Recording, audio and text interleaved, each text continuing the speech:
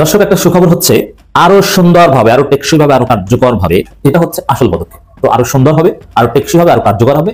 প্রধান উপদেষ্টার সঙ্গে যুক্তরাষ্ট্রের রাষ্ট্রদূতের সাক্ষাৎ, অন্তর্বর্তী সরকারের প্রতি সমর্থন পুনর্ব্যক্ত। আজকেই হচ্ছে ডোনাল্ড ট্রাম্প প্রেসিডেন্ট হিসেবে শপথ নেবে। এই শপথের দিনে তার দেশের রাষ্ট্রদূত ডক্টর মোহাম্মদ ইউনূসের সঙ্গে দেখা করছেন এবং বলছেন যে আমেরিকার পুরো সমর্থন আছে এই ইউনূস সরকারের প্রতি। পূর্বাঞ্চলে তারা বিশাল হসপিটাল করবে, যেই হসপিটালের ভিতরে বাংলাদেশের লক্ষ লক্ষ মানুষ সেবা নিতে পারে। ভারতে না গিয়ে চাইনিজ বিনিয়োগের পূর্বাঞ্চলে হবে বিশাল এরিয়া নিয়ে হসপিটাল। এমন পরিস্থিতিতে খোদ ভারত থেকে শেখ হাসিনাকে তাড়িয়ে দেওয়ার দাবি উঠেছে, কিন্তু কে তুলল এমন দাবি? ভারতের রক্তচক্ষুকে থোড়াই কেয়ার করে বাংলাদেশের সঙ্গে শক্তপোক্তভাবে সম্পর্ক গড়তে চায় চীন। এজন্য অন্তর্বর্তী সরকারের কাছে ক্রমাগত আকর্ষণীয় প্যাকেজ বা প্রস্তাব পাঠাচ্ছেন প্রেসিডেন্ট শি জিনপিং এর প্রতিনিধিরা। অতি সম্প্রতি চীনের তরফে দুটি গুরুত্বপূর্ণ বিষয় এসেছে। প্রায় 16 বছর পর স্যালুট আমার প্রিয় ভাই ইলিয়াস, তোমাকে। আমরা তোমাকে নিয়ে গর্বিত। এই দেশে তোমার মতো আর 10টা ইলিয়াস থাকলে এই দেশ কখনো পরাধীন হতো না। বিডিআর জওয়ানদের কথা কেউ বলেনি, এই সরকারও বলেনি। একজন ইলিয়াস লড়াই চালিয়ে গেছে, সেই লড়াইতে বিজয় পেয়েছেন ইলিয়াস। ইলিয়াস ভাইদের মতো বীরেরা কিন্তু সংখ্যায় কমই জন্মায়, ঘরে ঘরে জন্মায় না। এটা ইলিয়াস ভাইয়ের পাওয়ার। তো বললাম না যে বীরেরা সংখ্যায় কমই জন্মায়, ঘরে ঘরে কিন্তু বীরেরা জন্মায় না। যে দু একটা আসে ইতিহাস। ট্রাম্পের শপথের দিন যা হলো ডক্টর মোহাম্মদ ইউনূসের। প্রিয় দর্শক, ডক্টর মোহাম্মদ ইউনূস আজকের দিনে সুখবর পেয়েছেন মার্কিন যুক্তরাষ্ট্রের কাছ থেকেই। সেই বিষয়ে আসবো এবং চুলচিরা বিশ্লেষণ করব। প্রস্তুত হয়ে যান, ভারতের সাথে যুদ্ধ অনিবার্য হবেই হবে। আমরা জয় শ্রীরাম স্লোগানকে প্রতিহত করব, নারায়ে তাকবীর, আল্লাহু আকবার স্লোগান দিয়ে। আসসালামু আলাইকুম প্রিয় দর্শক, যে সকল ভিডিও ফুটেজগুলো দেখলেন এতে করে নিশ্চয়ই বুঝতে পেরেছেন আজকের ভিডিওটা কতটা গুরুত্বপূর্ণ হতে চলেছে। তাই ভিডিওটি না টেনে সম্পূর্ণ ভিডিও দেখার আহ্বান করছি। কথা না বাড়িয়ে চলুন ভিডিওটি দেখতে থাকি। আর হ্যাঁ, আপনি যদি এই চ্যানেলে নতুন হয়ে থাকেন তাহলে চ্যানেলটি সাবস্ক্রাইব করে পাশে থাকা বেল আইকনটি অন করে দিন। আর যদি সাবস্ক্রাইব করে থাকেন তাহলে আপনাকে অসংখ্য ধন্যবাদ। সীমান্তের বিজিবির কয়েকজন সদস্যের সাথে আমার কথা হয়েছে, মানে আমাদের বিডিআর সদস্যদের সাথে। মানে বাংলাদেশের অঞ্চলে ঢুকে তারা এভাবে গাছ কেটে নেয়, তখন বাধা দেয় বাংলাদেশিরা, তখন তাদের উপর এই আক্রমণটা হয়। বলা হচ্ছে যে বাংলাদেশিরা সেখানে যে ভূমিকাটা নিয়েছিল এটার পুরো পৃথিবীতে প্রশংসা করা হচ্ছে। বাংলাদেশিরা ভারতের সেই বিএসএফ এর সামনে এবং উগ্রপন্থী ভারতীয়দের সামনে তারা একেবারে আবু সাইদের মতো দাঁড়িয়ে পড়ে। বিজিবির বেশ কয়েকজন সদস্য জানিয়েছেন সেদিন যদি বাংলাদেশিদেরকে কন্ট্রোল করা না হতো, তারা এতটা আক্রমণাত্মক ছিল ওই উগ্রদের ব্যাপারে যে বড় কিছু ঘটে যেত। বিজিবি সদস্যরা বাংলাদেশিদেরকে বোঝান যে তোমাদের জন্য একটি ফাঁদ তৈরি করেছে, অতএব তোমরা আজকে মাথা ঠান্ডা রাখবে। এবং প্রতিটা বাংলাদেশি ওই উগ্রদের প্রতিবাদ করেছে, কিন্তু কেউ আইন হাতে তুলে নেওয়ার মতো কাজটি করেনি। বিজিবি সদস্যরা বলেছে যে আমাদের বাংলাদেশিদের মধ্যে যে এত দেশপ্রেম, এটি আমরা সেদিন বুঝতে পেরেছি।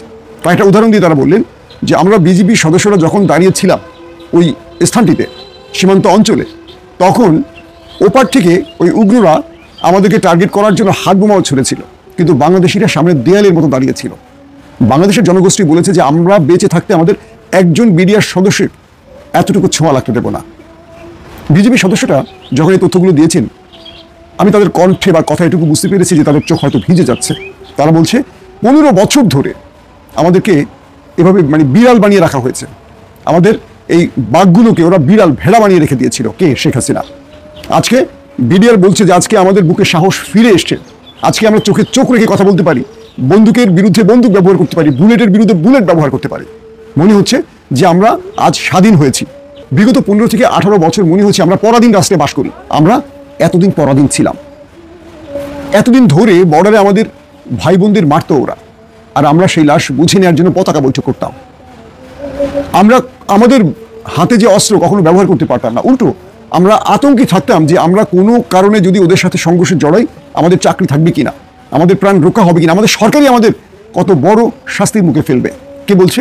বিডিআর সদস্যরা। বুঝতে পারছেন?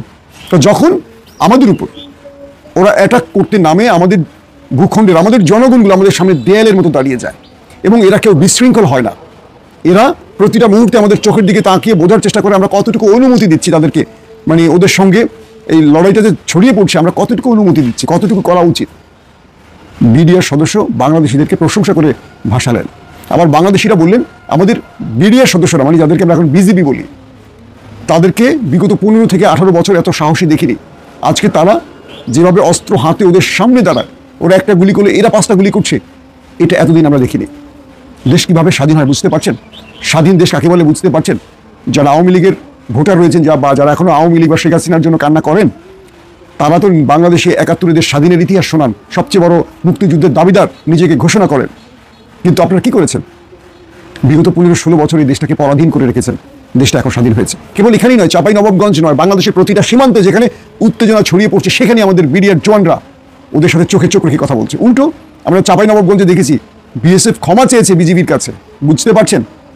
ভারতের গণমাধ্যমগুলো মিথ্যা প্রচার করছে, মিথ্যা প্রোপাগান্ডা ছড়াচ্ছে, তারও শক্ত জবাব দিচ্ছে বাংলাদেশ। এই দেশ স্বাধীন হওয়ার পর ৫ আগস্টের পর থেকে ইলিয়াস বিডিআর জওয়ানদের জন্য প্রতি মুহূর্তে ফাইট করেছেন। তার এই একক চেষ্টায় বলবো আজ বিডিআর জওয়ানরা মুক্তি পেয়েছেন। স্যালুট আমার প্রিয় ভাই ইলিয়াস তোমাকে।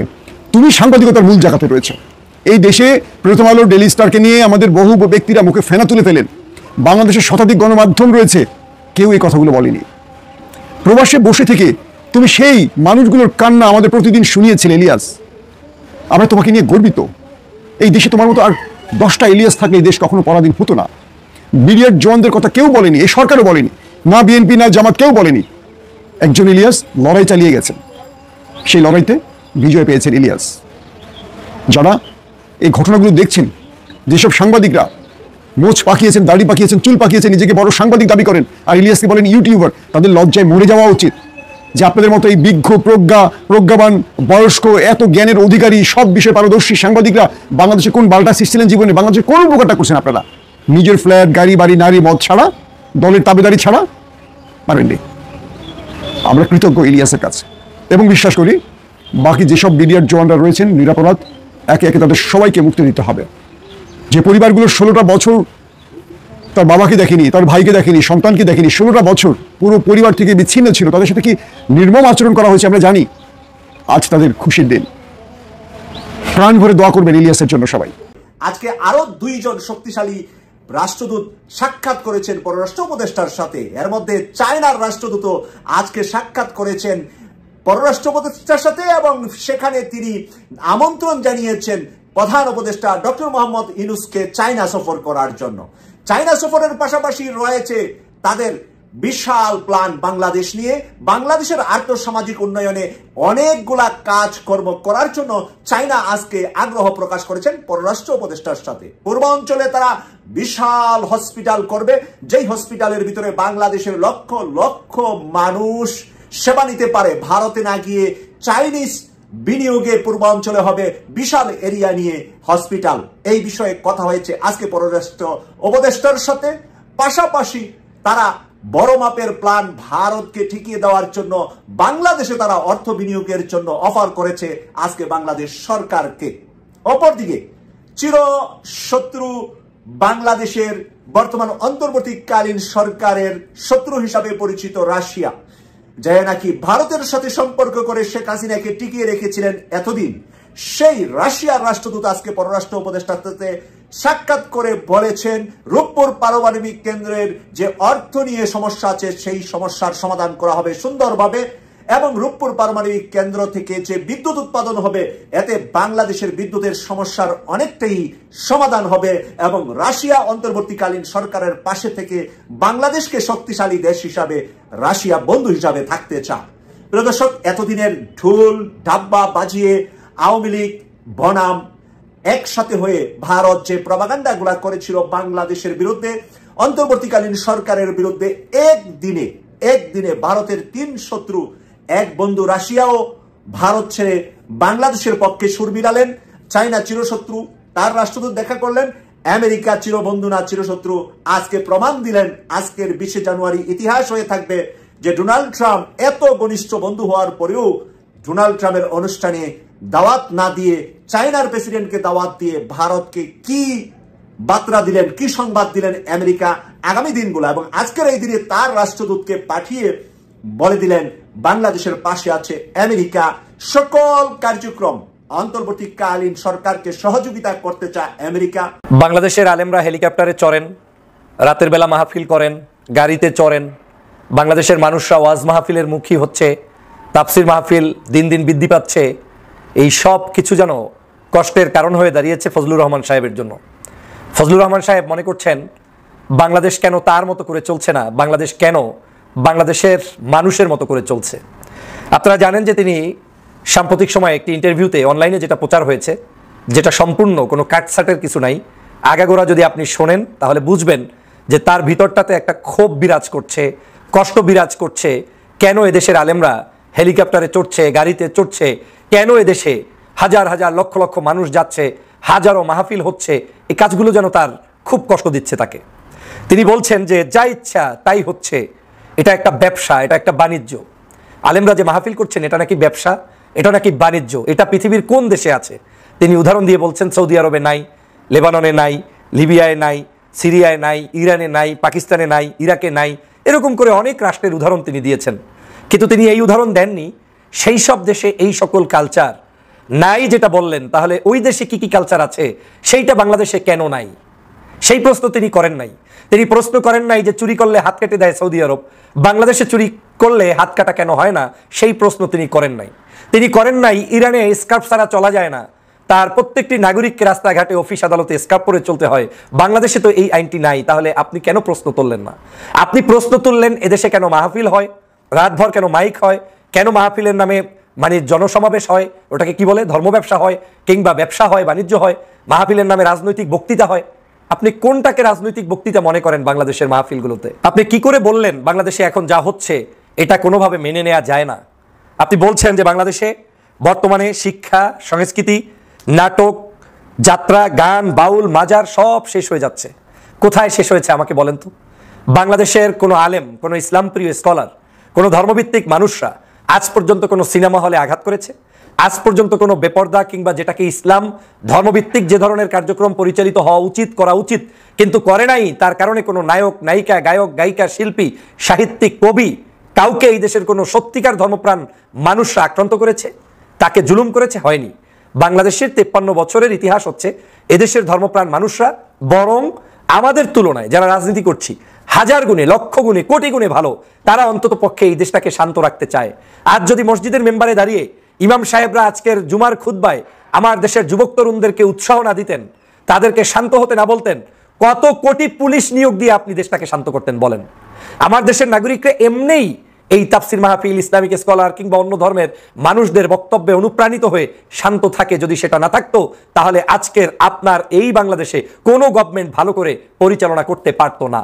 আজকে দেওয়া উচিত তাদেরকে স্বর্ণপদক, আজকে দেওয়া উচিত তাদেরকে সম্মান। আজকের এই কওমি মাদ্রাসাগুলো আজকে না থাকলে কত লক্ষ শিশু প্রতি বছর শিক্ষা থেকে বঞ্চিত হতো, যাদেরকে সরকারি স্কুল, কলেজ, মাদ্রাসায় ভালোভাবে পড়ানোর মতো কোটা আপনার কাছে নাই। তাহলে তারা সেই কাজটি করছে। তাফসির মাহফিলগুলো হচ্ছে, এখন এই তাফসির মাহফিলগুলো দেখে আপনি কষ্ট পান কেন?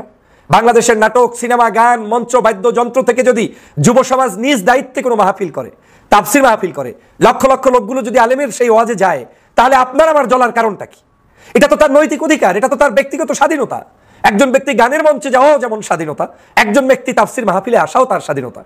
আজকের কোথায় দেখেছেন? বাংলাদেশে তো আজহারি সাহেবের মাহফিল হয়, শায়েখ আহমদুল্লাহ সাহেবের মাহফিল হয়, পীর মাশায়েখদের মাহফিল হয়। কোন মাহফিলে বিরিয়ানি দিয়ে, খিচুড়ি দিয়ে, গাড়ি দিয়ে, বাড়ি দিয়ে, টাকা দিয়ে, লোভ দিয়ে, পদপদবি দিয়ে মানুষকে নেওয়া হয়েছে? প্রমাণ দেখাতে পারবেন? একটাও নাই। তাহলে আলেমদের মাহফিল নিয়ে আপনার শরীরের মধ্যে জ্বলার কারণটা কি? আপনি বলছেন কি চায় এরা? এরা চায় বাংলাদেশকে গঠন করতে, এরা চায় দেশের নাগরিক হিসেবে দেশে অবদান রাখতে, এরা চায় আপনারা যে সকল অন্যায়, অত্যাচার, জুলুম, নির্যাতন করবেন তার প্রতিবাদ করতে। তাহলে আপনি তাকে নিয়ে কথা বলার কোন সাহসে অধিকার রাখলেন? তারা কি বাংলাদেশের নাগরিক নয়?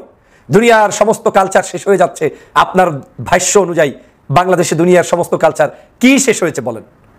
কালচার হচ্ছে ওই দেশের সভ্যতা, ওই দেশের মানুষের যে দৈনন্দিন জীবন ব্যবস্থা, তার যে কর্ম, তার যে ধর্ম, তার যে সামাজিক চর্চা, তার যে জীবন বিধান, এটার উপর ভিত্তি করেই একটা সভ্যতা, কালচার প্রতিষ্ঠিত হয়। তো আমার দেশের সভ্যতা হচ্ছে ঘরে ঘরে আওয়াজ হচ্ছে, কলেমার দাওয়াত হচ্ছে, নামাজ হচ্ছে, আপনার মসজিদ হচ্ছে, মাহফিল হচ্ছে, কিংবা হিন্দু ভাইদের পূজা পার্বণ হচ্ছে। দোষের কি আছে এখানে? প্রিয় দর্শক, সম্পূর্ণ ভিডিওটি দেখার জন্য আপনাকে ধন্যবাদ। ভিডিওটি দেখে কি উপলব্ধি করতে পারলেন তা কমেন্টে লিখুন। ফিরছি আগামী কোনো ভিডিওতে নতুন কোনো টপিক নিয়ে। ততক্ষণ পর্যন্ত ভালো থাকবেন, সুস্থ থাকবেন, এই শুভকামনায় আজ এ পর্যন্তই। আল্লাহ হাফেজ।